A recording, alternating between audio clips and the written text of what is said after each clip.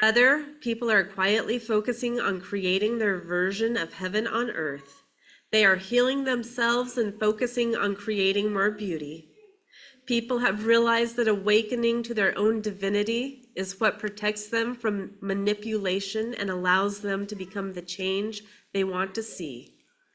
It's sweeping through the nations, but it's hard to notice. However, its strength is growing in numbers. Not strength in numbers to fight. Fighting only breeds more fighting. It's strength in numbers to create such a beautiful world that it will be obvious for others to join, to the point where one day they will hold a war and no one will come. The frequencies of war, greed, and manipulation will no longer be able to exist in a reality full of sovereign, awakened beings living connected to their divinity.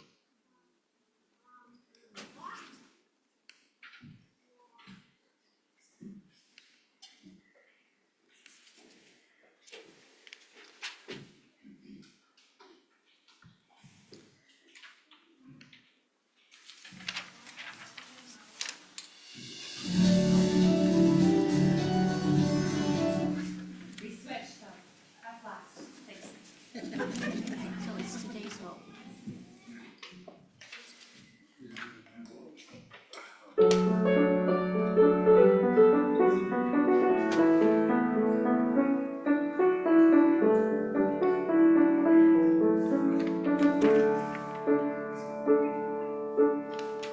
Today's hope is a flickering candle that dwells in a snow-dusted window. Today's hope is a sweet daffodil in a dull, colorless photo. Today's hope is the sparkling eyes that truly believe it should be anything to reach unity.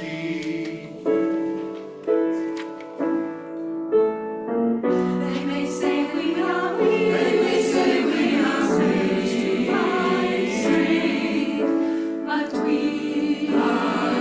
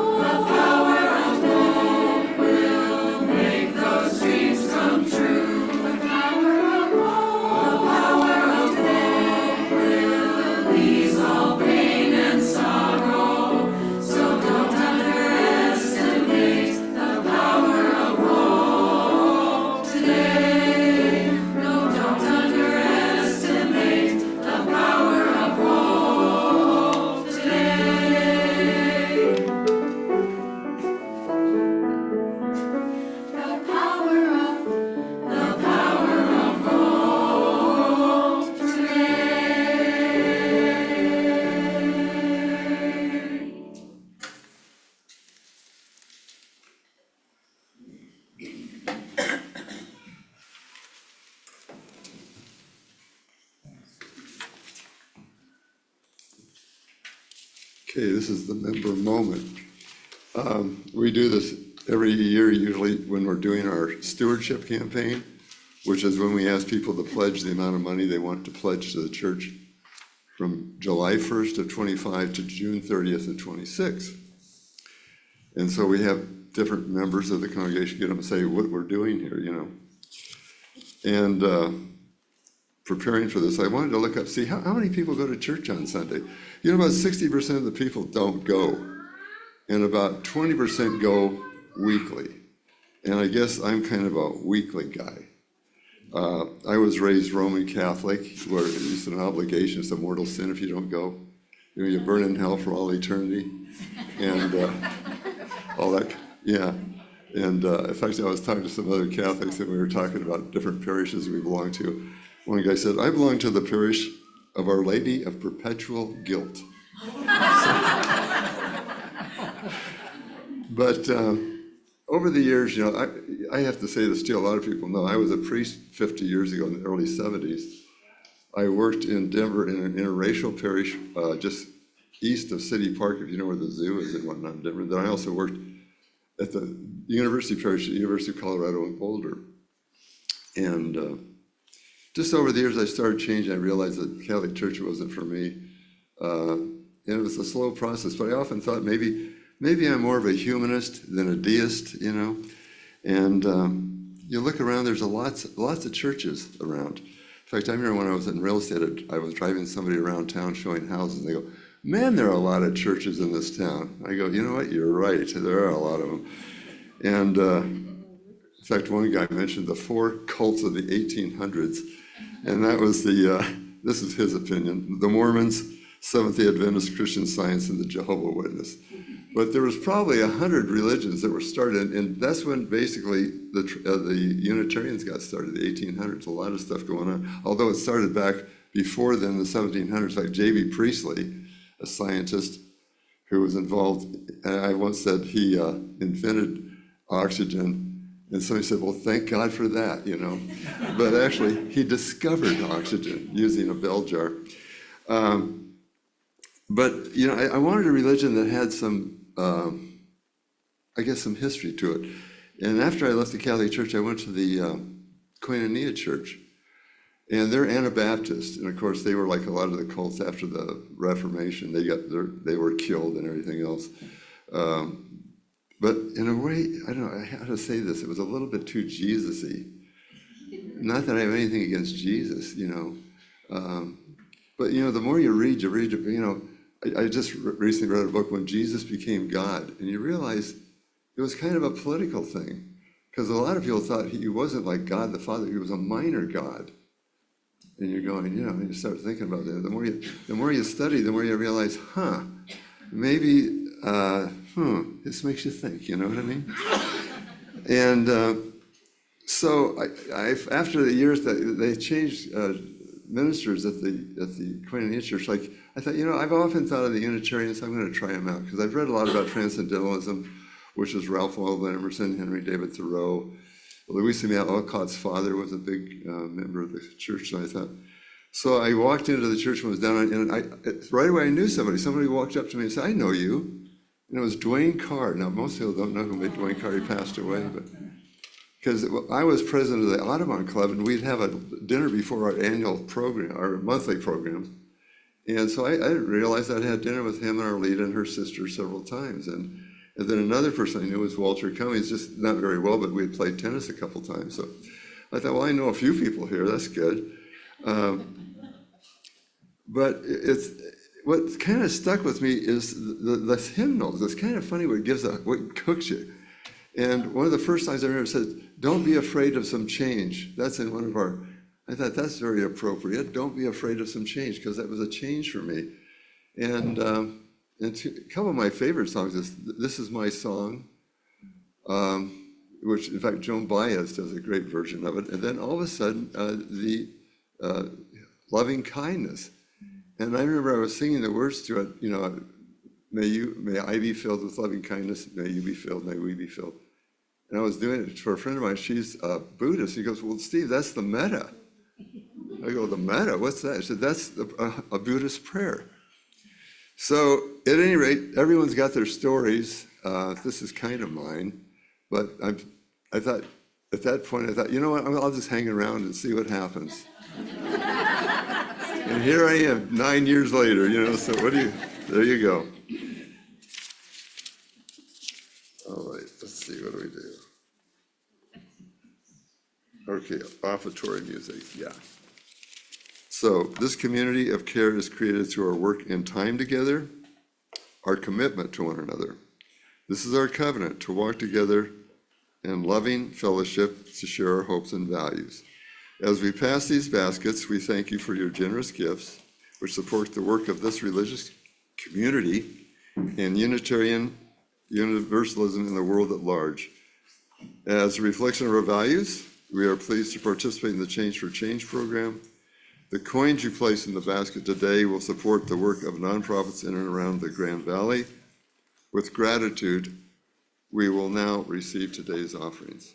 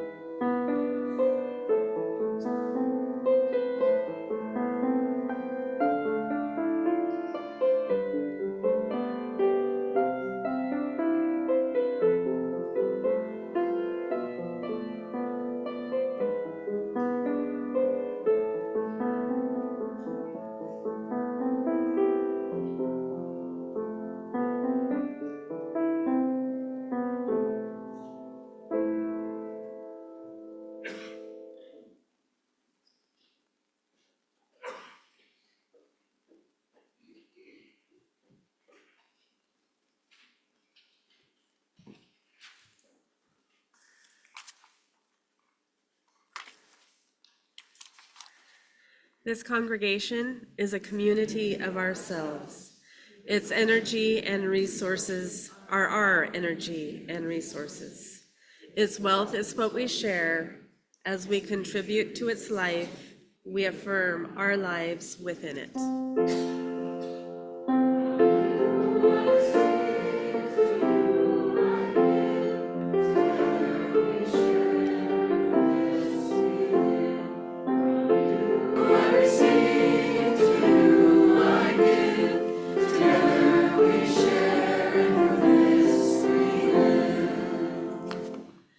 Let us sing together number 1051 in your teal hymnal, We Are. Stand if you want to, stay seated if you want to, do what you want.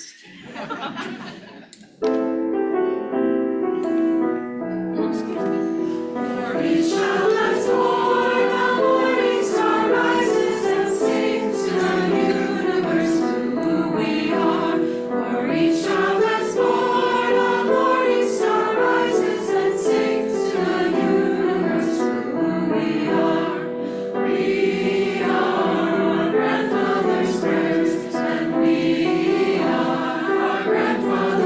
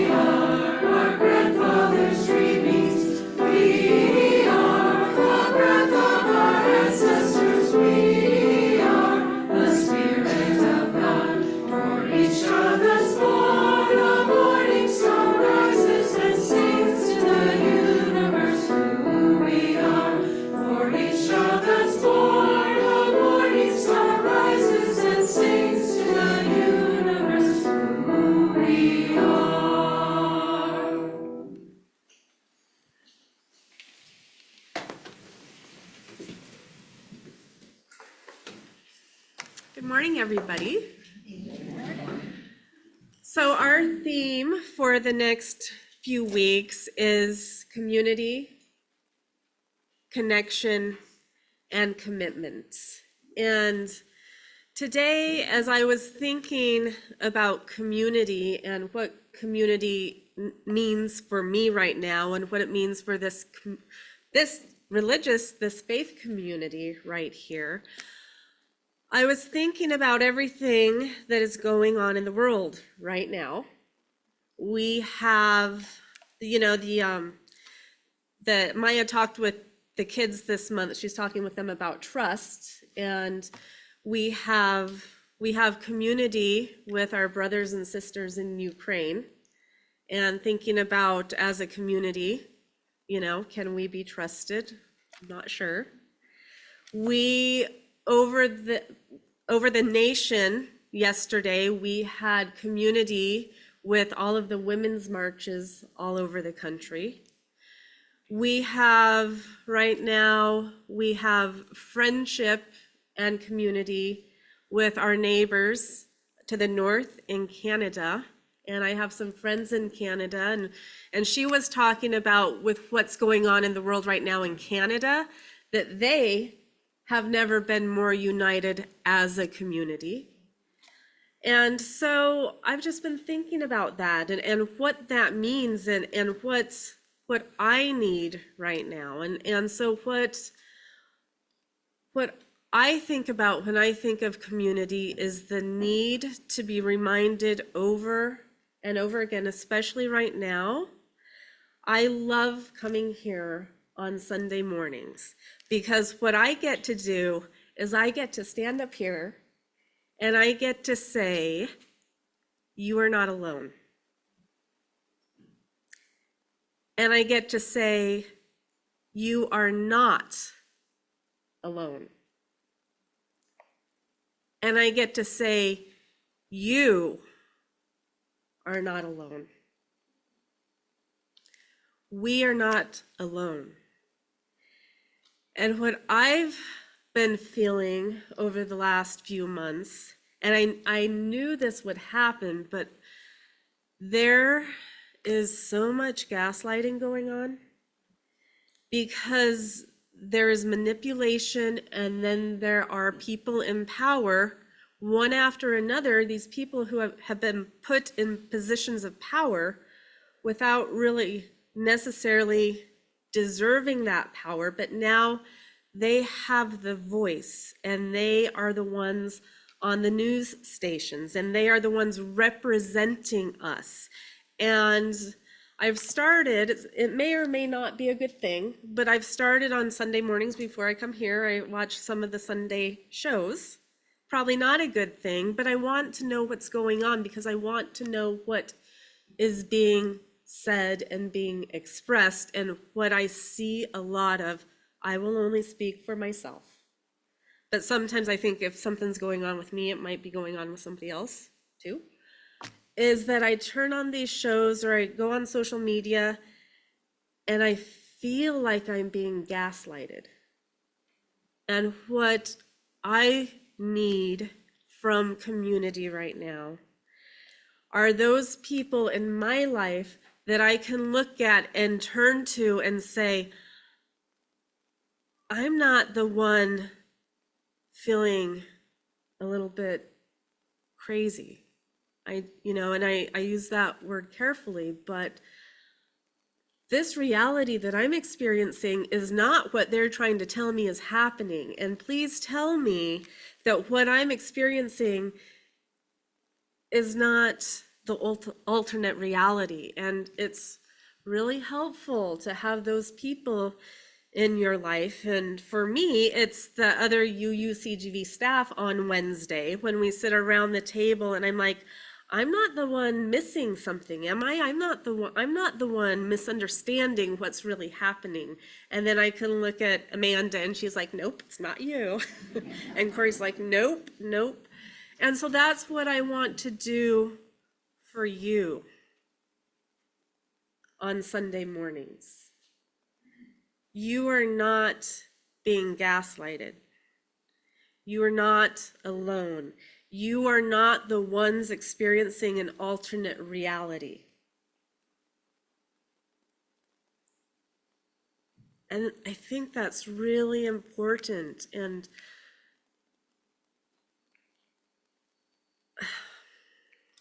we have to have each other, to remind each other of what is real. And we do that by being aware of what is going on, but we do that by looking at history. And you know, it even is so to the point now that, you know, I'm like, okay, is this what America is or what? I have to go to the United States Constitution to reread the Constitution to be reminded of what we stand for here in the United States. That no, we have a whole community, we have a whole history of people who have come before us that stood for what we stand for. So we're not the ones missing it. And so one of the reasons that I started the Cultivating Spiritual Community, Spiritual Activism class is because I needed that for myself. I needed people like Howard Thurman and Martin Luther King and Rosa Parks and Nelson Mandela and Mother Teresa and Gandhi.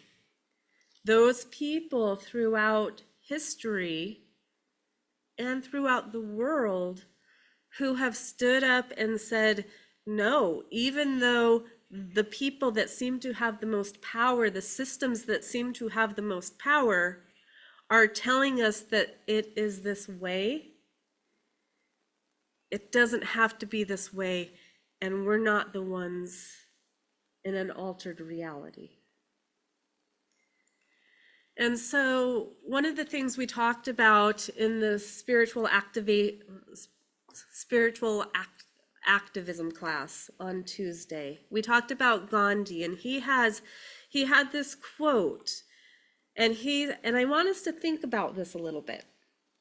He said, "To see the all-pervading spirit of truth face to face, one must be able to love the meanest of creation as oneself, and a man who aspires after that cannot afford to keep out of any field of life. That is why my devotion to truth has drawn me into the field of politics, and I can say without the slightest hesitation and with all humility that those who say that religion has nothing to do with politics do not know what religion means." Okay, I want us to think about this for just a minute, okay? Because when I first heard that, I feel like I understand what Gandhi means. And I'm like, yes, that makes sense. We have to stand up for what we believe. We have to be engaged and active in the world and in the community. And then, right, you flip it, and I'm like, oh, but wait. There's a whole lot of religion that is almost being forced into politics right now. And that, I think, is not so healthy, right? So then I had this like back and forth in my head of, what does he really mean by that? And I think if we think about it, he says, without the slightest hesitation and all humility, that those who say that religion has nothing to do with politics do not know what religion means. So I think maybe what we focus on is, what does religion mean? And if we look at that quote from the context of the life that Gandhi led, the understanding that there was nothing else in the world except for love, that there was no understanding of the ends justifying the means. Gandhi did not believe in that. He believed the means are the means and they create the end. But he would not, he had many followers who weren't quite as evolved as Gandhi, and they were angry and some of them became violent. And as soon as his followers became violent, he would step back and say, no, this is not representing me. The means, the love, the unconditional love in every circumstance, in every situation, is how we change the world. And if we think of religion in that context, of that open-hearted, powerful, spiritual love that permeates everything, then absolutely the religion cannot be taken, or the politics cannot be taken from the religion. And so when I think about when I've been standing up here for the last few months and speaking about what I talk about, I think, well, am I being political? I think maybe I am being a little political, but I'm political based on those values. I cannot watch what is happening in the world and say that I acknowledge the inherent worth and dignity of every person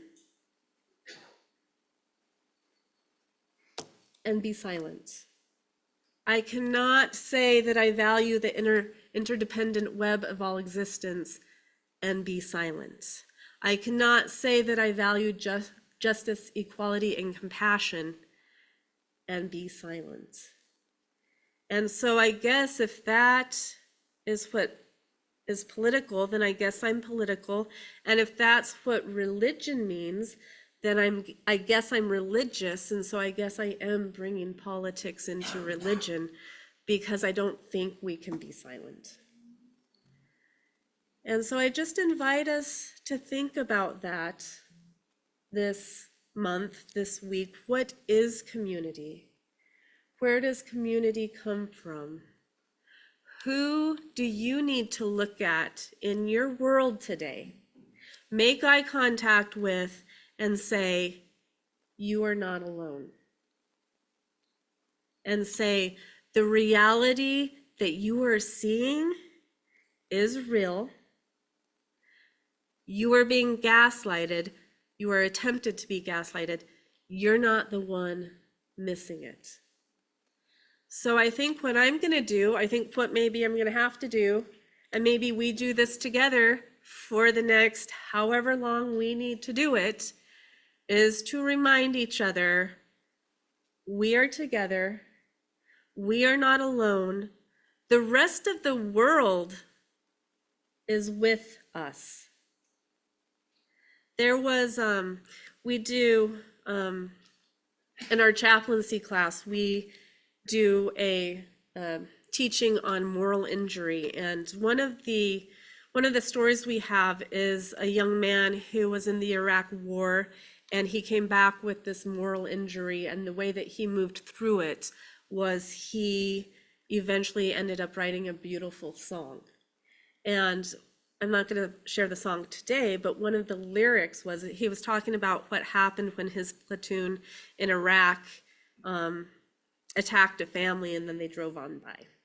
And the word that he says is, "And Lord, I saw their fear and pain, looking at us like we were insane." And I think the rest of the world is kind of looking at America right now like, what in the world? But that is where I find my hope, because we're in it, but the whole rest of the world is looking at the attempted gaslighting and they're like, what in the world is going on? And I hold hope that they see us. And we need to let them know that we see them and that they are not alone and that we are not alone and you are not alone. And so we're going to sing, well, I'm not going to sing, thank goodness. The choir is going to sing a beautiful song about Ramadan, and there is a video of people celebrating Ramadan in the Gaza Strip. And so just give me 1 minute while I'm going to show this video while the choir sings, because I think it's a nice addition to their beautiful music.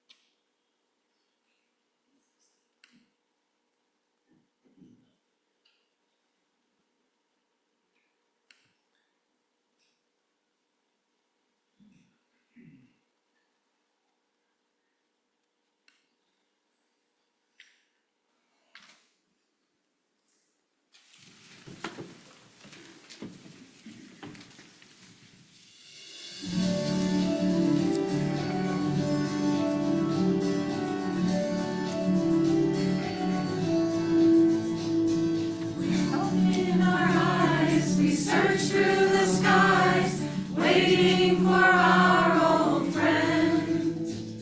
With loved ones nearby and our spirits high, a blessed time we'll spend. In both love and in fear, to Allah we draw near, hands raised to the sky. Oh, please forgive us and guide us to paradise. Ramadan is here, Allah's mercy is near. Time to give, time to share, time to show we care, 'cause Ramadan is here.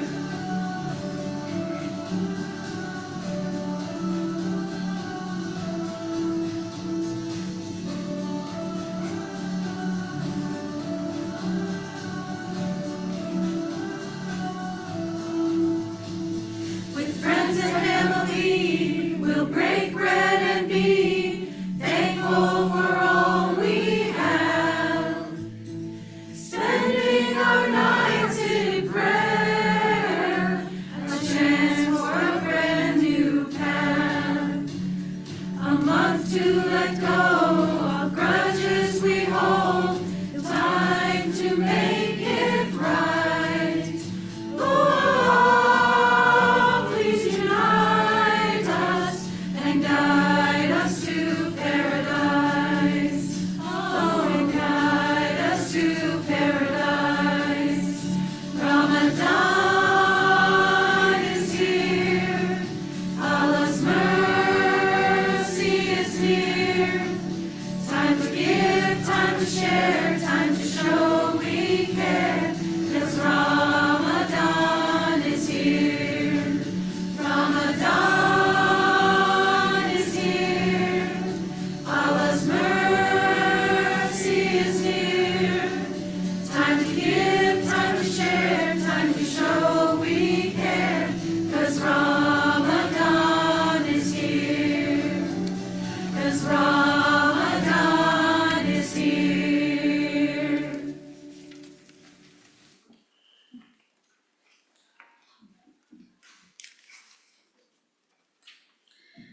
We extinguish this flame, but not the light of truth, the warmth of community, or the fire of commitment. These we carry in our hearts until we are together again.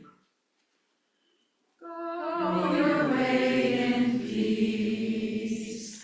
Wander as you may. Let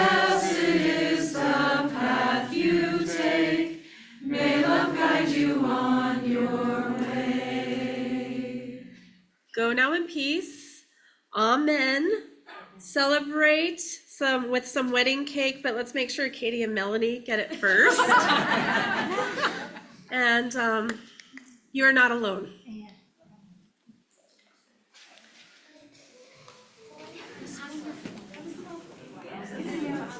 I know. I'm so glad that you brought that up. Thank you, Mary, for bringing that to me.